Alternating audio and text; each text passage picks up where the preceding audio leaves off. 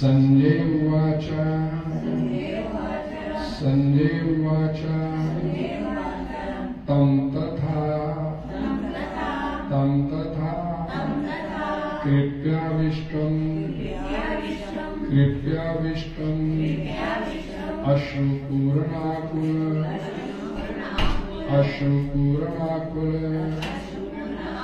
ईक्षणम् विषिदन्तमिदम्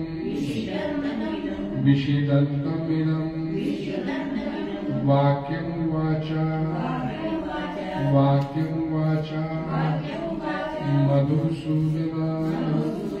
मधुसूदन। शब्दार्थ। संजय वाचा, संजय ने कहा, तम अर्जुन के प्रति, तथा इस प्रकार, कृपया करुणा से, आविष्टम अभिभूत, अश्रुपूर्ण आकुल, अश्रुओं से पूर्ण, तीक्ष्णम नेत्र, विषिदंतम शोकयुक्त, इदम ये वाक्य वचन, वाचा कहा, मधुसूदना मधु का वध करने वाले भगवान श्री कृष्ण ने। हिंदी अनुवाद। संजय ने कहा, करुणा से व्याप्त शोक युक्त अश्रु पूरित नेत्रों वाले अर्जुन को देखकर मधुसूदन भगवान श्री कृष्ण ने ये शब्द कहे। हरे कृष्णा। संजय ने कहा, करुणा से व्याप्त शोकयुक्त अश्रुपूरित नेत्रों वाले अर्जुन को देखकर मधुसूदन भगवान श्री कृष्ण ने ये शब्द कहे। तात्पर्य इस मांगे जगत गुरु श्री प्रभुपाद द्वारा सरल स्पष्ट ध्यान से सुनिएगा, ध्यान से पढ़िएगा। भौतिक पदार्थों के प्रति करुणा, शोक तथा अश्रु, ये सब असली आत्मा को न जानने के लक्षण है। शाश्वत आत्मा के प्रति करुणा ही आत्म साक्षात्कार है। इस श्लोक में मधुसूदन शब्द महत्वपूर्ण है। भगवान श्री कृष्ण ने मधु नामक असुर का वध किया था और अब अर्जुन चाहता है कि भगवान श्री कृष्ण उस अज्ञान रूपी असुर का वध करें जिसने उसे कर्तव्य से विमुख कर रखा है। ये कोई नहीं जानता कि करुणा का प्रयोग कहाँ होना चाहिए। डूबते हुए मनुष्य के वस्त्रों के लिए करुणा मूर्खता होगी। अज्ञान सागर में गिरे हुए मनुष्य को केवल उसके बाहरी पहनावे अर्थात स्थूल शरीर की रक्षा करके नहीं बचाया जा सकता। जो इसे नहीं जानता और बाहरी पहनावे के लिए शोक करता है वह शूद्र कहलाता है, अर्थात वह वृथा ही शोक करता है। अर्जुन तो क्षत्रिय था, अतः उससे ऐसे आचरण की आशा न थी, किंतु भगवान श्री कृष्ण अज्ञानी पुरुष के शोक को भी नष्ट कर सकते हैं और इसी उद्देश्य से उन्होंने भगवद गीता का उपदेश दिया। ये अध्याय हमें भौतिक शरीर तथा आत्मा के वैश्लेषिक अध्ययन द्वारा आत्म साक्षात्कार का उपदेश देता है, जिसकी व्याख्या परम अधिकारी भगवान श्री कृष्ण द्वारा की गई है। ये साक्षात्कार तभी संभव है जब मनुष्य निष्काम भाव से कर्म करे और आत्मबोध को प्राप्त हो। हरे कृष्णा। ओम अज्ञानतिमिरन्दस्य ज्ञानाञ्जनशलाकया चक्षुरुन्मीलितं येन तस्मै श्रीगुरुवे नमः। श्रीचैतन्यमनोभीष्टं स्थापितं येन भूतले स्वयं रूपं कदं ददाति स्वपदान्तिकम्। वन्देऽहं श्रीगुरुं श्रीयुतकमलं श्रीगुरुवैष्णवं श्रीरूपं साग्रजातं श्रीरघुनाथं तं सजीवं साद्वैतं सारभूतं हरिं सहितं श्रीकृष्ण चैतन्यदेवं श्रीराधाकृष्णपादान् श्रीगोविन्द श्रीशाखान्वितांश्च नमो विष्णुपदाय कृष्णपक्षाय भूतले श्रीमते भक्ति वेदांत स्वामिने नमस्ते सरस्वते देवे गौरवाणी प्रचारिणे निर्विशेष शून्यवादी पाश्चात्य। हे कृष्ण करुणा सिंधु दीनबंधु जगत्पते गोपेश गोपिकाकांत राधाकांत नमस्ते। कांचन गौरांगी श्री राधे वृंदावनेश्वरी भीष्मानुसुते देवी प्रणमामि हरिप्रिये वाञ्छाकल्पतरुभ्यश्च कृपा सिन्धुभ्येव च पतितानां पावनेभ्यो वैष्णवेभ्यो नमो नमः। जय श्री कृष्ण चैतन्य प्रभु नित्यानंद श्री अद्वैत गदाधर श्रीवासादि गौर भक्तवृंद। हरे कृष्ण कृष्ण कृष्ण हरे हरे, हरे राम राम राम हरे हरे। भगवतवाणी श्रीमद् भगवद गीता की जय, भगवतगुरु श्री भगवान की जय। तम तथा कृप्याविष्टम अश्रुपूरण कुले ईक्षणम विषिदंतम इदम वाक्यम वाचा मधुसूदना। इससे पहले भगवान श्री कृष्ण अर्जुन क्या श्लोक बोलता है, भगवान ने जब बोलना शुरू किया, एवं उक्त्वा अर्जुन सांख्य रथोपाविष्टा विसृज्य सहस्रम चापम शोक संविग्न मानसा। मैं युद्ध नहीं करूंगा, अपना धनुष बाण उसने एक तरफ रख दिया और ये बोलते हुए युद्ध नहीं करूंगा, अर्जुन रथ में आराम से बैठ गए। कैसे बैठ गया आराम से? शोक संविग्न मानसा। शोक संविग्न भारी शोक के साथ मन में लेके बैठ गए, मैं युद्ध नहीं कर सकता। और यहाँ पर उसके तुरंत बाद ही भगवान श्री कृष्ण इससे पहले बोलते हैं, अर्जुन इस व्यथा को, संजय इस व्यथा को कैसे बता रहे हैं कि संजय कहता है कि जिस करुणा से व्याप्त शोक पूर्ण अश्रु पूर्ण है, ये बोलते हुए मधुसूदन उस अर्जुन को ऐसा देखते हुए मधुसूदन भगवान श्री कृष्ण से बोलना शुरू किया। क्यों बोला नहीं मनुष्य, लेकिन उसकी व्यथा बताई जा रही संजय द्वारा। उसकी व्यथा क्या है कि करुणा से अभिभूत पूरी करुणा भर गया उसके अंदर मन में, और पूरा शोक दुख भारी दुख उसको हो रहा है। और साथ ही मतलब क्या बोलते हैं कि देखा नहीं जाता उसे, आंसुओं से उसके नेत्र भर गए, अश्रु पूरित एक क्षणम भर गए आंसू, अब देख भी नहीं पा रहा कि स्थिति उसकी इतनी मतलब गंभीर हो गया। यह शब्द का इस्तेमाल किया गया करुणा, एक चीज को ध्यान से समझिए कि करुणा शब्द दो जगह पर इस्तेमाल किया जाता है। करुणा शब्द एक संत महात्मा करते हैं, भगवान करते हैं करुणा। हम जैसे बद्ध जीवों पर ये दुख काट रहे तो भगवान के अंदर, संत महात्माओं के अंदर बड़ी करुणा आती, व्याप्त होती कि ये क्यों दुख काट रहे हैं, इनको कैसे भगवान की तरफ लेके चले, इनका जीवन आनंद में हो जाए। एक करुणा जीव जो वास्तविक करुणा जिसे बोला गया कि दुख काट रहे हैं, समस्याएं तनाव, जिंदगी दुखों से भरपूर, और ये भगवान की तरफ नहीं चलते, तो उनके मन में बड़ी करुणा आती है कि कैसे संत महात्मा सुधीर को, कैसे बद्ध जीवों को भगवान की तरफ चलाया जाए कि इनका जीवन सुख में, आनंद में, शांति में हो जाए। और एक करुणा होती है भौतिक स्तर पर, किसी को दुखी देख के मन करुणा से भर गया, खाना नहीं मिल रहा, ऐसी ये समस्या, इसको ये समस्या, ये समस्या, उसको देखकर। और प्रभुपाद जी यहाँ पर क्या बोलते हैं, ध्यान से देखिएगा, पहली लाइन इसकी, भौतिक पदार्थों के प्रति करुणा, शोक तथा अशोक, ये सब असली आत्मा को ना जानने के लक्षण है। जब हम अज्ञानता में बैठे हैं तो भौतिक स्तर पर हमारे अंदर करुणा व्याप्त होती है, ये दुखी है, ऐसे इसको दवाई दिला दे, इसको थोड़ा धन दे दे, थोड़ा मन में बड़ा करुणा का भाव आ जाता है। तो ये अज्ञानता का लक्षण। हम जानते नहीं है कि मतलब मैं आई एम बॉडी, ये मान के बैठे I am body, I am not soul.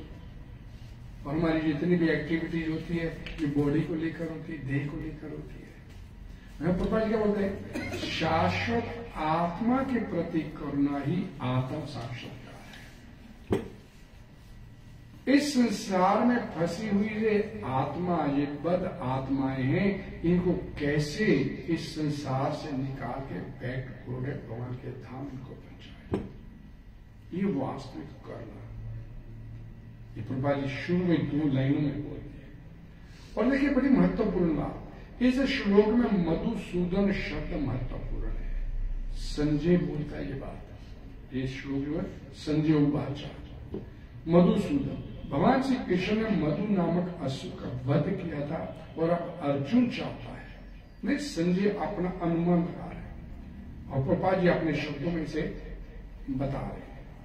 अब अर्जुन चाहता है कि भगवान श्री कृष्ण उस अज्ञान रूपी असुर का वध करे जिसने उसे कर्तव्य से विमुख कर रखा है। जो करना है वो नहीं करना चाहता, जो नहीं करना है वो अर्जुन वो करना चाहता है। तो अब अर्जुन ये चाहता है कि भगवान श्री कृष्ण जो उसके रथ की बाल को संभाल के बैठे हैं उसके सामने वो उसके श्री रूपी रथ की भी बाल को वही संभाले, यानी कि वो सरेंडर करना चाहता है। नहीं, मेरे श्री रूपी रथ है जो, इसकी भी बात भगवान श्री कृष्ण अपने हाथों में ले लें। ये बात अर्जुन अब अंदर से चाहता है और ये करुणा का वास्तविक मीनिंग है। जब भारत का युद्ध शुरू होना था, दोनों सेनाएं आमने सामने खड़ी हैं, तो क्या बोलते हैं, अर्जुन बहादुर है, क्षत्रिय है, लड़ना चाहता है, अधर्मियों से लड़ना चाहता है, लेकिन वो बोलता भी है, रथम स्थाप्य में अच्युत सैन्य उपयो मध्य, मेरे रथ को दोनों सेनाओं के बीचों बीच लेके चलो। देखूं तो सही कौन कौन मेरे साथ 2-2 हाथ करने के लिए तैयार खड़ा है, देखूं तो सही कौन मरने के लिए यहां पर आगे यहां पर देखना चाहता है। अर्जुन अज्ञानी नहीं था बेसिकली, प्रभुपाद जी कई जगह इस वाक्य को लिखे इस बात को, लेकिन भगवान श्री कृष्ण उससे अज्ञानता का ये करवा रहे हैं, उसे दिखाना चाहते हैं, भगवान आप कुछ बताना चाहते हैं हम बद्ध जीवों के लिए, वो भगवत गीता का उच्चारण करना चाहते हैं, हम जैसे जो संसार में फंसे बद्ध जीवों के लिए। अर्जुन के सामने कौन सी बड़ी समस्या आ गई, जब भगवान श्री कृष्ण ने बोला इन कुरुवंशियों को देखो, रथ को दोनों सेनाओं के बीच में ले जाकर खड़ा करने के बाद भगवान श्री कृष्ण ये नहीं बोले कि तेरे साथ युद्ध करने के लिए कौन कौन खड़ा है, बोलते नहीं, ऐसी जगह पर जाकर रथ को खड़ा किया और जहां पर भगवान उसको अर्जुन को हाथ से इन कुरुवंशियों को देखो, ये नहीं बोलते कि ये दुर्योधन उसकी सेना को देखो। और कुरुवंशियों में पांडव भी आते हैं, वो भी कुरुवंश के, और भगवान श्री कृष्ण आप उससे कुछ निकालना चाहते, उस स्थान से भगवत गीता निकालना चाहते, उसको बोले आप। और ऐसा कहने से जब अर्जुन ने भगवान श्री कृष्ण के ऐसा कहने से जब अर्जुन ने अपने गुरुवंशियों को देखा तो उसके अंदर का जो पारिवारिक मोह था भगवान श्री कृष्ण ने ऐसा कहकर उसके अंदर से जागृत कर दिया। अर्जुन के अंदर मोह जागृत नहीं हुआ, लेकिन हम लोगों के लिए हमें लगता है कि अर्जुन के अंदर मोह जागृत हुआ, पारिवारिक मोह जागृत हुआ। अर्जुन उस समय हम लोगों का प्रतिनिधित्व कर रहा था, हम लोग पारिवारिक कुटुंब को लेके अपने मोह में फंसे रहते हैं, उस मोह को समाप्त करने के लिए भगवान श्री कृष्ण ने अर्जुन को अपना निमित्त बनाया। इन कुरुवंशियों को देखो, अब अर्जुन ये तो नहीं था कि मैं उसको तो मालूम था ये सारे मेरे रिश्तेदार हैं, ये जितने भी वे सामने आज मेरे साथ युद्ध करने के लिए तो पहले तैयार होके आया था, कोई कायर नहीं था वो, और तैयार होके आ जाएंगे, अब मेरे को ये फाइनल आर पार की लड़ाई करनी है मेरे को। लेकिन भगवान श्री कृष्ण ने ऐसी व्यवस्था वहां पर कर दिया। ठीक। और अर्जुन ने जब देखा पारिवारिक मोह जागृत हुआ, मैं इनको मारूंगा, तो फिर वो धर्म की आड़ लेकर, ऐसा नहीं कि न मैं डर के भाग रहा हूं, अब उन्हें क्या किया, धर्म की आड़ ले लिया। कुल धर्म नष्ट हो जाएगा, कुल वंश खत्म हो जाएगा, कुल स्त्रियां खत्म हो जाएंगी, दूषित हो जाएंगी, ये हो जाएगा, ये होगा, सारा धर्म का सहारा लेते हुए उस अपने कर्तव्य से विमुख होना चाहता है, मैं नहीं करूंगा। और सहारा किसका लिया, धर्म का ले रहा है, बात धर्म की कर रहा है, जिसकी व्याख्या आगे इसी अध्याय में, दूसरे अध्याय में भगवान श्री कृष्ण से बोलेंगे। प्रज्ञावादांच भाषते, बात तो बड़ी विद्वानों की कर रहा है, लेकिन तू है नहीं, तू विद्वान है नहीं है। प्रज्ञावादांच भाष से जब बोला भगवान श्री कृष्ण ने कि बातें तो बड़ी विद्वानों जैसी कर रहे, लेकिन तू है नहीं। क्यों नहीं है, ना अनुशोचन्ति पंडिता, विद्वान होता तो शोक नहीं करता, विद्वान नहीं है तो शोक कर रहा है, शोक मगन हो गया। और अर्जुन यहां पर, संजय यहां पर शब्द इस्तेमाल करता है, विषदंतम शोक युक्त, अश्रुपूरम, आंखों से उसके आंसू बह रहे हैं, और इतना आंसू बह रहा है कि आंखें भरी हुई देख ही नहीं पा रहे, सामने भगवान श्री कृष्ण को नहीं देख पा रहे, रुकावट आ गई उसके, भगवान श्री कृष्ण के देखने में रुकावट आ गई। और रुकावट किस चीज की है, भौतिक आंसू की रुकावट आ गई, पर्दा आ गया उसके आगे, और भगवान श्री कृष्ण सामने बैठे। और यहां पर पप्पा जी क्या लेते हैं, ये कोई नहीं जानता कि करुणा का प्रयोग कहां होना चाहिए। डूबते मनुष्य के वस्त्रों के लिए करुणा मूर्खता हो। कि बोलते हैं, एक व्यक्ति डूब रहा है, नदी में डूब रहा है, तो दूसरा व्यक्ति बचाने के लिए कूद जाता है और हाथ पैर मार के उस डूबने वाले व्यक्ति के पास पहुंच जाता है, और उसका जो उसने डूबने वाले व्यक्ति ने कपड़े डाले वो उठा के ले आता है, कपड़े उतार के, मैंने बचा लिया, मैंने बचा लिया। और व्यक्ति उन्हें कपड़े बचाए। ये स्थिति हमारी है, ऊपरी वस्त्र को बचाना चाहते हैं, तो आत्मा अंदर डूब रही है, संसार की गहराइयों में फंसी पड़ी है, इस भव सागर में डूबी पड़ी है, उसको बचाने का कोई प्रयास नहीं करता। आत्मा नहीं, ऊपरी, इसी को सजाने संवारने का काम करते हैं ना, ऊपरी वस्त्र को। बोला कि ये कोई नहीं जानता कि करुणा का प्रयोग कहां होना चाहिए। डूबते हुए मनुष्य के वस्त्रों के लिए करुणा मूर्खता होगी। अज्ञान सागर में गिरे हुए मनुष्य को केवल उसके बाहरी पहनावे अर्थात स्थूल शरीर की रक्षा करके नहीं बचाया जा सकता। कोट निकाल के ले आओ, नदी में डूब रहे व्यक्ति के लिए मैंने बचा लिया, तो तुक नहीं बना पाई, ये भौतिकता है। जो भव सागर में डूब रहा व्यक्ति है, उसकी आत्मा को निकालना, बचाना उसकी आत्मा। संत महात्मा करुणा से अभिभूत होते हैं, किस लिए होते हैं कि इसकी आत्मा को निकालना है। ये वास्तविक करुणा है। संत महात्मा वास्तविक करना, आत्मा जो इस संसार में भव सागर में फंसी हुई है, इसके पास कैसे बचाना है, उसकी रक्षा कैसे की जाए, वो वास्तविक करुणा कहलाती है। जो इस बात को नहीं जानता और बाहरी पहनावे के लिए शोक करता है। भगवद गीता का सबसे पहला श्लोक जो भगवान श्री कृष्ण बोले ज्ञान देने के लिए, जब अर्जुन ने सरेंडर कर दिया, तो सबसे पहला श्लोक अशोच्यान अनशोच, उन लोगों के लिए शोक कर रहा है, उनके लिए, उन लोगों के लिए, उनके लिए जो शोक कर रहा है जो शोक करने योग्य नहीं है। शरीर के लिए शोक, ये तो मरना ही है, आज नहीं मरेगा तो कल मरेगा, आज तू युद्ध नहीं करेगा तो ये थोड़ा कि 1000 साल जीवित रहेंगे, ये तो मरेंगे। और इस बात की व्याख्या भगवान श्री कृष्ण भगवद गीता में 10वें अध्याय के ध्यान में कि ऑलरेडी मरे हुए ये 18 क्षोणी सेना जो खड़ी कर दी है, ये ऑलरेडी मरी पूर्व है ते बोल दिया भगवान श्री कृष्ण।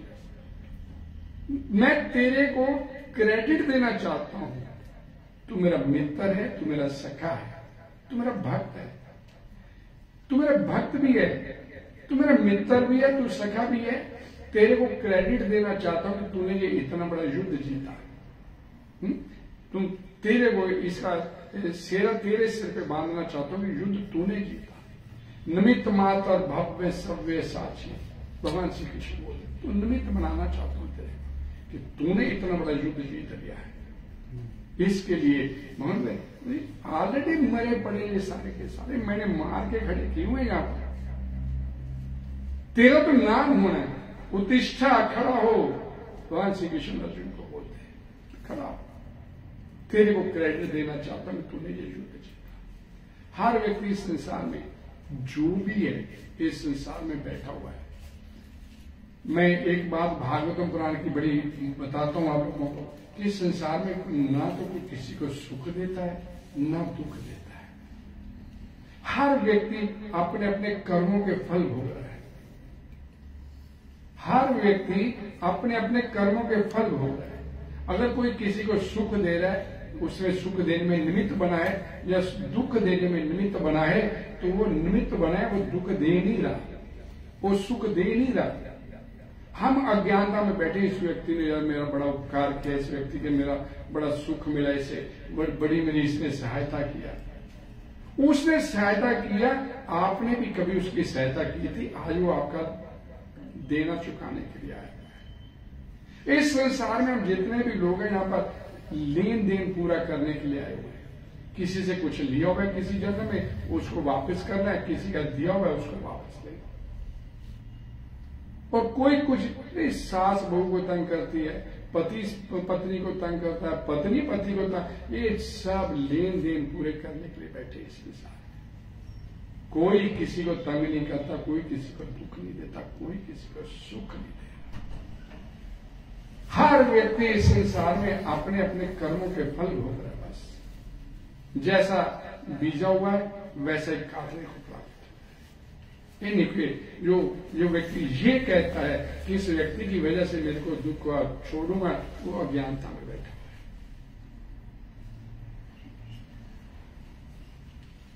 जो इस बात को नहीं जानता, बाहरी पहनावे के लिए शोक करता है, वह शुद्ध कहलाता है।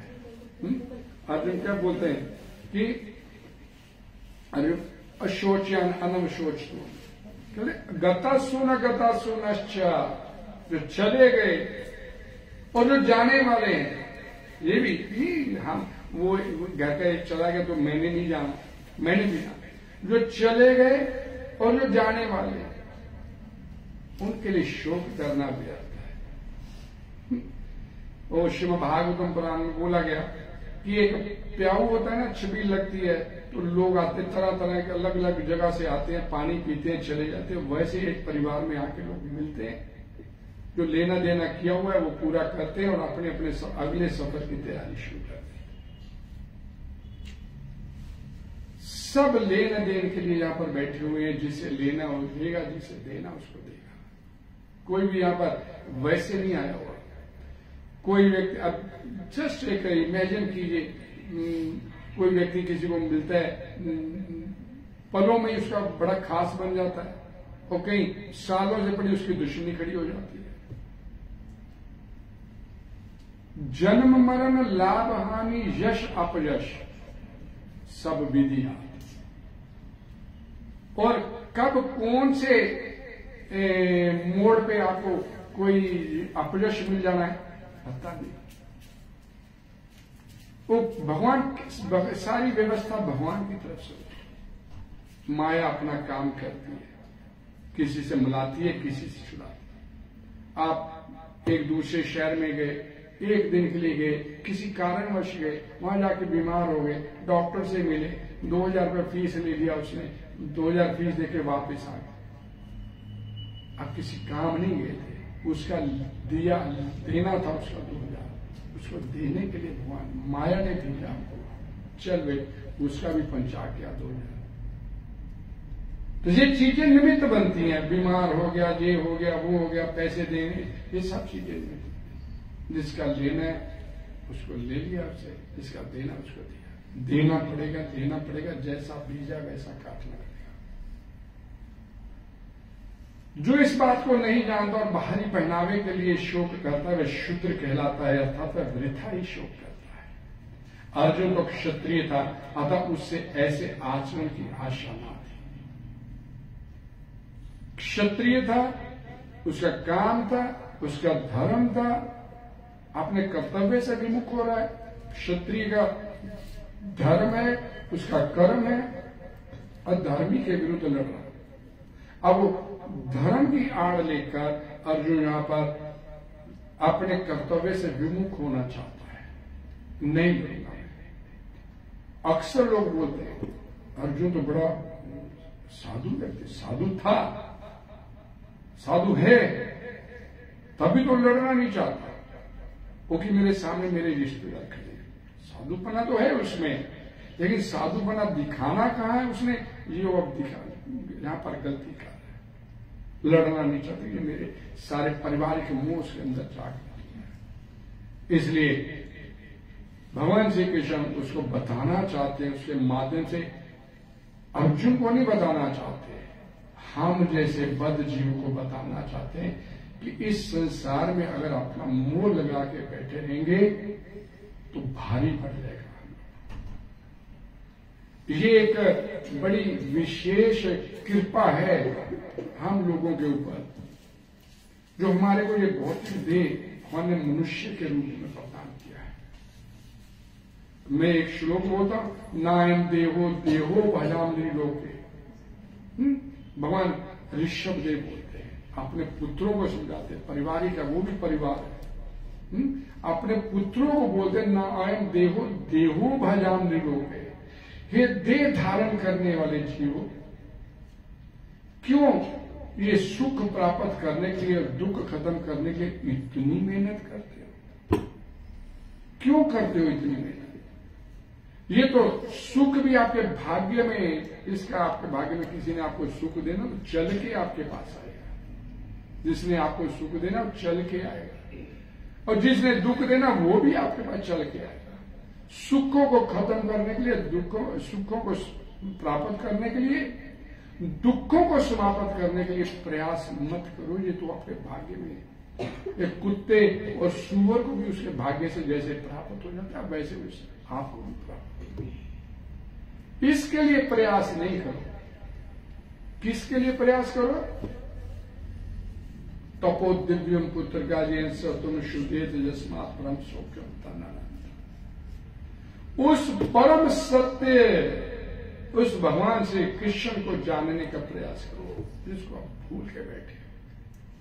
वेदा आम संतितानी वर्तमानानि च अर्जुना भविष्यानि च भूतानि माम तु वेद ना कश्चन। भगवान श्री कृष्ण बोलते हैं कि मैं तेरा भूतकाल वर्तमान भविष्य सब जानता हूं, लेकिन अफसोस ये, दुर्भाग्य तेरा ये, तू मेरे को जानने का प्रयास नहीं, तू मेरे बारे में नहीं जान। और उसको जानना भी कैसे है? उसको जानने के लिए क्या करना है? करना क्या है? उसको चैंटिंग करिए, हृदय में बैठा है, वो आपके हृदय की बात जानता है। मात्र सिमरन करने से कलयुग उसको पूरी तरह से आप जान जाओ। उसको जान लिया तो इस सृष्टि में और कुछ जानना आपके लिए बाकी नहीं रहेगा। उसको समझ लिया तो और कुछ समझने की सृष्टि में आपको कोई जरूरत ही नहीं पड़ेगी। आपको अंदर से इस बात का आभास हो जाएगा, अनुभव हो जाएगा कि भाई मैं तो खाम का इस संसार में फंसा हुआ था, मैं तो खाम का इस संसार के 84 लफ्ज होने के चक्कर में फंसा हुआ था, मैं तो समय खराब कर दिया अपना। उसे जान लिया तो सारी चीजें क्लियर हो चली। अर्जुन क्षत्रिय था, उससे ऐसे आचरण की आशा नहीं थी, किंतु भगवान श्री कृष्ण अज्ञानी पुरुष के शोक को विनष्ट कर सकते हैं। अज्ञानता में जो बैठा हुआ है उसके शोक को खत्म करना भगवान श्री कृष्ण के हाथ में। भगवान चाहे तो उसे तुरंत खत्म कर सकते हैं। एक श्लोक बड़ा कोमल में इतनी बार बोले, पता नहीं इसको याद करते नहीं करते। हृदय अंतस्थो ही भद्रानी विदुनोति सुनवंती स्व कथा पुण्य शरण। क्या कहते हो श्लोक में? सूत गोस्वामी क्या बोलते हैं कि आप सिर्फ भगवान श्री कृष्ण का गुणगान करो, उसमें अपना रुचि पैदा करो, भगवान श्री कृष्ण को सुनने में, बोलने में, गाने में। बाकी जो आपके अंदर के विकार है, आपके अंदर के दोष हैं, आपके अंदर के अवगुण हैं, उन सबको भगवान श्री कृष्ण की जिम्मेवारी आ जाती है। वो ये मेरा कर है तो मेरे को इसका करना पड़ेगा, ये मेरा कर रहा है, इतनी सेवा कर रहा है तो मेरे को इसके अंदर का सफाई तो करनी पड़ेगी। ये अपने हृदय में मेरे को बिठा रहा है, तो अब इसका हृदय जो है, जो मलिनता, जो भौतिक मलिनता में फंसा हुआ है, इसको साफ करना तो फिर मेरी ड्यूटी है। वो कृष्णा की जिम्मेवारी है। आपने अपने अवगुण, अपने दोष, अपने विकार ये खत्म करने, आप सिर्फ इसका गुणगान करना शुरू कर दीजिए। बाकी रिस्पॉन्सिबिलिटीज चंगा हूं, मंदा हूं, तेरा बंदा हूं, बस डेढ़ साल इसके आगे झुक जाइए। बाकी सारा काम इसका है, इसी ने सब कुछ करना है। हृदय में बैठा हुआ है, आपके हृदय की सफाई भी यही करेगा, कोई बाहर से नहीं किसी ने आना। आपके अंदर की इच्छा होगी, आपके अंदर की सफाई हो जाएगी। अगर इच्छा नहीं है तो दुनिया तो चल ही रही है। ये पहला अवसर नहीं है। ये एक श्लोक आता है श्रीमद् भगवत गीता में, दूसरे अध्याय का ही, न सतो भावे विद्यते भावो न भावो विद्यते। ये सत्य का इस सृष्टि में कभी भी अभाव नहीं रहा। सत्य का इस सृष्टि में कभी भी अभाव नहीं रहा। जब से सृष्टि बनी है तब से संत महात्मा भी आते आ रहे हैं और भगवान भी आ रहे हैं। संत महात्मा भी आ रहे हैं, भगवान भी आ रहे हैं। और ऐसा कभी ऐसा समय नहीं कि भगवान आए और हम नहीं थे। अगर भगवान श्री कृष्ण आज से 5000 साल पहले आए तो तब हम भी तब भी थे। संत महात्मा आ रहे हैं तो हम भी पहले भी तब थे, अभी भी बैठे हुए हैं, लेकिन हमारा उद्धार नहीं हुआ। भगवान श्री कृष्ण इस ब्रह्मांड में आए अभी 5000 साल पहले, हम तब भी मौजूद थे, लेकिन हमारा उद्धार नहीं हुआ। संत महात्मा, भगवान, गुरु आकर तब भी उद्धार कर सकते हैं जब आपके अंदर उद्धार करने की इच्छा है। ये बात को समझ लीजिए।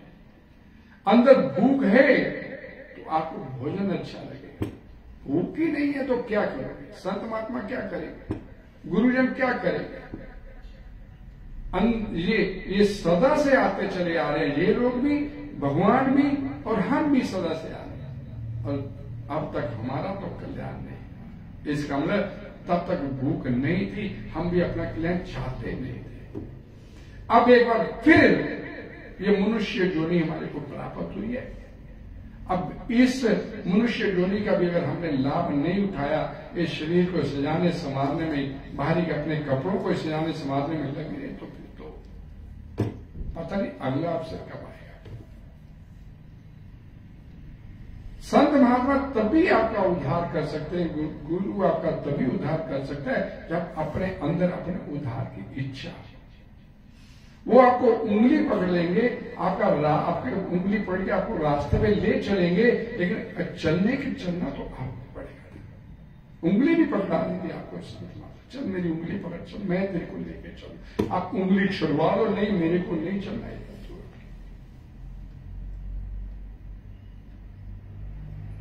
जब से सृष्टि बनी तब से भगवान सारी व्यवस्था करते चले आ रहे हैं, कैसे इन पद जीवों का कल्याण हो रहा है, कैसे वे वापस बैक टू गॉड है। मरने के बाद तो बोल ही देगा पंडित है, भगवान इसे अपने धाम में जगा देना, लेकिन जीते ही हमने कभी प्रयास नहीं किया, हमने इच्छा ही नहीं की, तो वो क्या करे, पंडित क्या करे। और पंडित का बोलना कितना हितकारी होता है ये सब हम कलयुग में सभी लोग जानते हैं।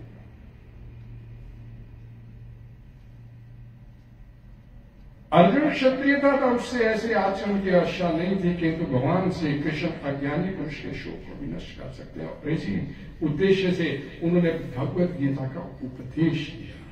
ये था कारण कि भगवान भगवत गीता का उपदेश इसलिए दिया कि हम लोगों का कल्याण हो जाए। एक बोलते ना श्लोक आता है भगवत गीता का, अभी ये जो भगवत गीता शुरू होगी अभी तो भगवान श्री कृष्ण ने भी शुरू नहीं किया कोई, अभी आज तो यही है कि उन्होंने ये वचन कहे, वाक्यम वाचा मधुसूदना बोला, अभी बोला नहीं है, संजय बोला कि मधुसूदन भगवान श्री कृष्ण ने ये बोला। क्या बोला, एक कालालय श्लोक में है। तो ये अभी उन्होंने बोला वचन, खुद नहीं बोला कि क्या कल्याण करना है। आगे जितने भी श्लोक अब भगवत गीता का क्या बोलते हैं इसका क्या गीता का 7 अध्याय दूसरा शुरू है ना, आज तो कल खत्म हो गया था पहला अध्याय, तो गीता का से सार है भगवत गीता का, ये जो दूसरा अध्याय है जो निचोड़ करके दे दिया भगवान श्री कृष्ण ने पहले ही दूसरे अध्याय में कि भाई जहां भगवत गीता शुरू किया। मैं हमेशा एक बात बोलता हूं, अशोच्यान अनवशोचत्वम प्रज्ञावादाच भाष्ये गता सुन च न अनुशोचन्ति पंडिता। अशोच्यान न अनुशोचन्ति पंडिता, अशोच्यान शोक नहीं कर, अशोच्यान शोक नहीं कर। और भगवत गीता समाप्त किया मां शुचा, इसी शब्द से भगवत गीता शुरू किया भगवान से, और इसी शब्द में भगवान ने भगवत गीता खत्म किया। अहम त्वाम सर्वे पापे व्यो मोक्षयिष्यामि मां शुचा, शुचा शोक नहीं करना, मैं तेरे साथ बैठा हूं। लेकिन हमने कभी इस तरह से महसूस ही नहीं किया कि भगवान श्री कृष्ण मेरे हृदय में बैठे। आपको पता चले आपके साथ एक पुलिस वाला बैठा है और सामने वाले व्यक्ति के पास बैग में 10 लाख रुपया पड़ा है, उठाना है, उठाओगे? नहीं उठाएंगे। पुलिस वाला साथ कभी माना ही नहीं कि अंदर भगवान बैठे देख रहे हैं मेरे को, ये तो कभी माना ही नहीं हमने। अंदर बैठा वो आपको सब कुछ देगा, फिर भी हम पाप करते चले जाते और गुरेज भी नहीं करते। मनसा वाचा कर्मणा, मन से वाणी से कर्मणा फिजिकल पाप करने को उतारू रहते हैं हर समय। निंदा चुगली नहीं, पर निंदा सबसे बड़ा पाप है। रामचरितमानस में बोला गया इस बात, वो तो हम करते ही रहते हैं अक्सर। पीठ पीछे किसी की निंदा करने में क्या जाता है, ऐसे थोड़े लग रही, बुराई बोलना है किसी को बोल दो, लेकिन उसका रिजल्ट क्या होगा? मनसा वाचा करना, मन से वाणी से तीनों प्रकार के किसी भी प्रकार से किया गया पाप फल वही पर। हरे कृष्णा हरे कृष्णा।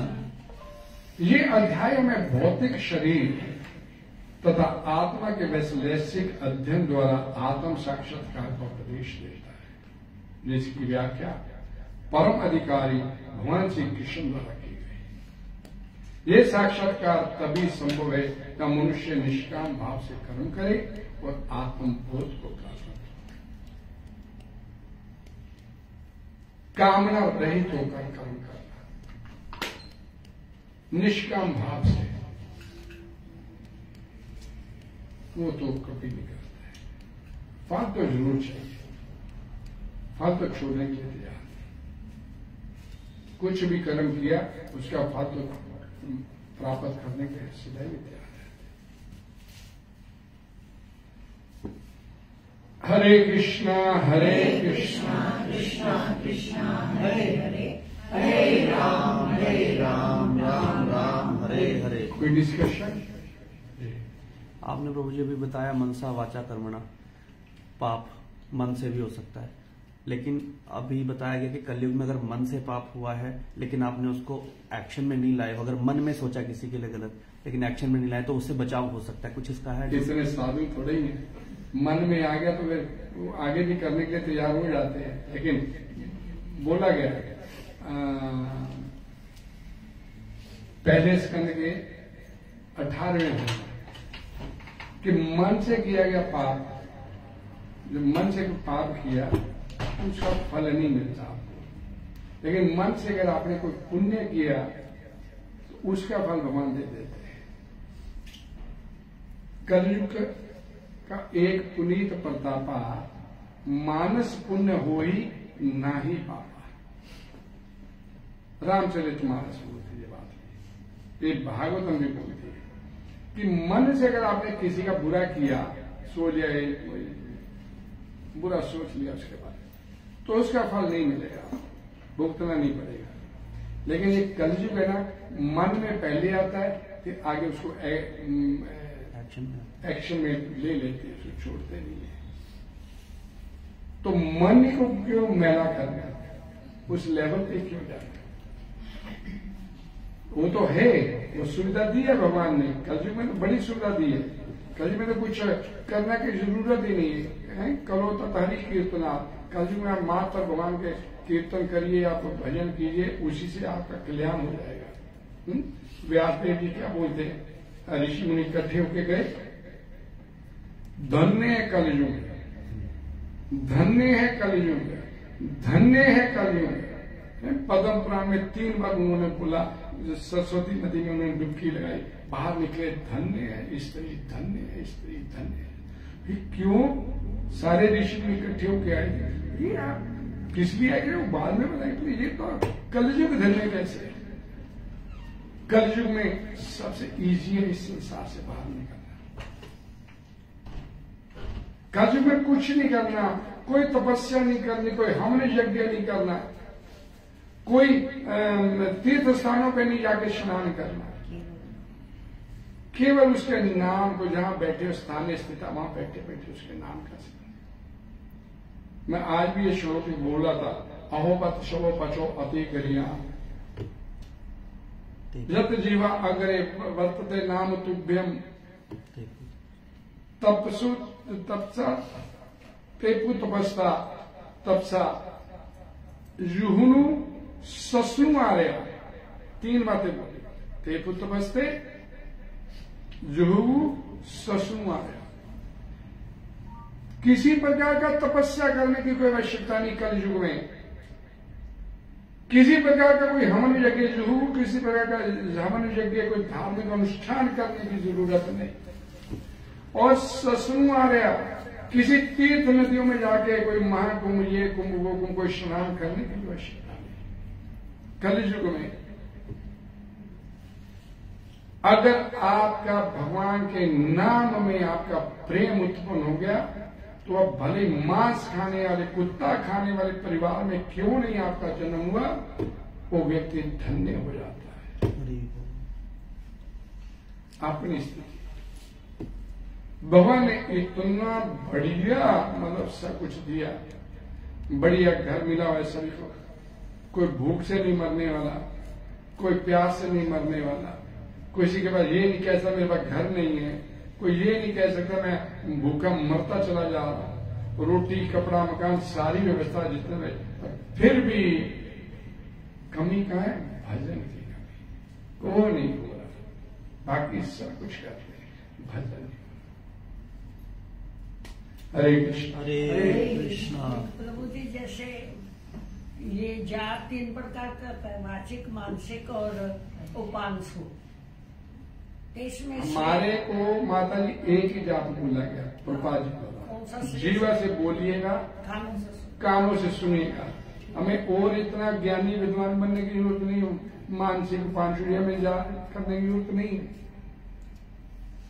हमारे आचार्य हरिदास ठाकुर नाच नाच के करते हैं। 22 घंटे जिन्होंने जाप करना पूरे दिन नाच नाच के, थक के नाचते नाचते बैठ के जाप किया, मुंह से बोलते बोलते थक गए तो फिर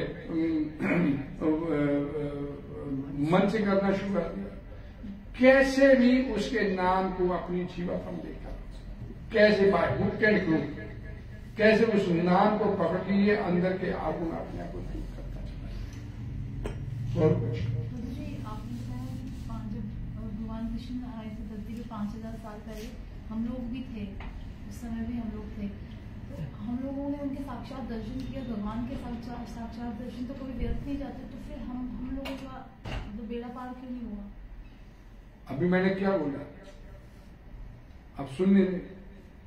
हम अपना कल्याण नहीं चाहते तो क्या करें? साधु संत महात्मा भगवान क्या करें? हम चल रहे। अब देखिए ये जितने बैठे हैं हम सब, सभी को मालूम है मैं भगवद गीता का ये बात कि अंत काले चा मामे स्मरण मुक्तवा क्लेवमी, अंत समय मेरा सिमरन करते हुए शरीर छोड़ोगे तो निकल जाओगे। तो हम ऐसे कितने प्रयास कर रहे हैं बता दीजिए।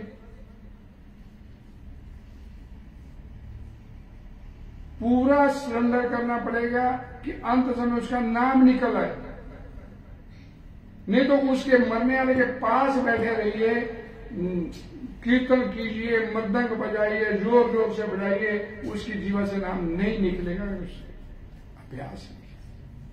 मैं आपको बता 15 सेक्टर में हमारे सामने श्री छोड़ा, उन्होंने बुलाया, हमारे कीर्तन करने के लिए गए घंटे में श्री छूटेगा इसका, हम चलेंगे, खूब कीर्तन, खूब सब कुछ हुआ, और व्यक्ति बस लेटा हुआ बार बार यही पूछा, मेरा बेटा आ गया, मेरा बेटा आ गया, मेरा बेटा आ गया। पहले करनी पड़ेगी तैयारी, अभ्यास करना पड़ेगा तो जाके निकलेगा, ऐसे नहीं नाम निकलेगा। हम चाहते नहीं कल्याण करना, अपना कि हमारा कल्याण हो, सीरियस होना पड़ेगा, सिंसियर होना पड़ेगा। कोई है ही नहीं सीरियस सिंसियर। वो तो भगवत गीता में भगवान श्री कृष्ण बोलते हैं, मनुष्य नाम शास्त्रेषु काचित् सिद्धताम अपनी सिद्धा नाम कश्चन मामेति, कोई एक विरला आएगा। चल तो सारे रहे हरे कृष्ण कोई एक विरला आएगा।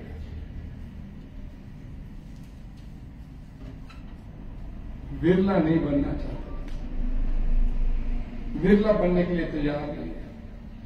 एक गली से दूसरी गली, दूसरी गली से तीसरी गली, तीसरी गली से चौथी भाग रहे हैं बस। क्यों भाग रहे हैं एक नहीं मालूम, लगे हुए इसमें। हरे कृष्ण हरे कृष्ण। श्रील भगवान की जय। आप सभी का बहुत बहुत धन्यवाद। हरे कृष्ण। कल इसी समय 4 से 5 हमें दीपक के प्रयास आप सभी लोग साथ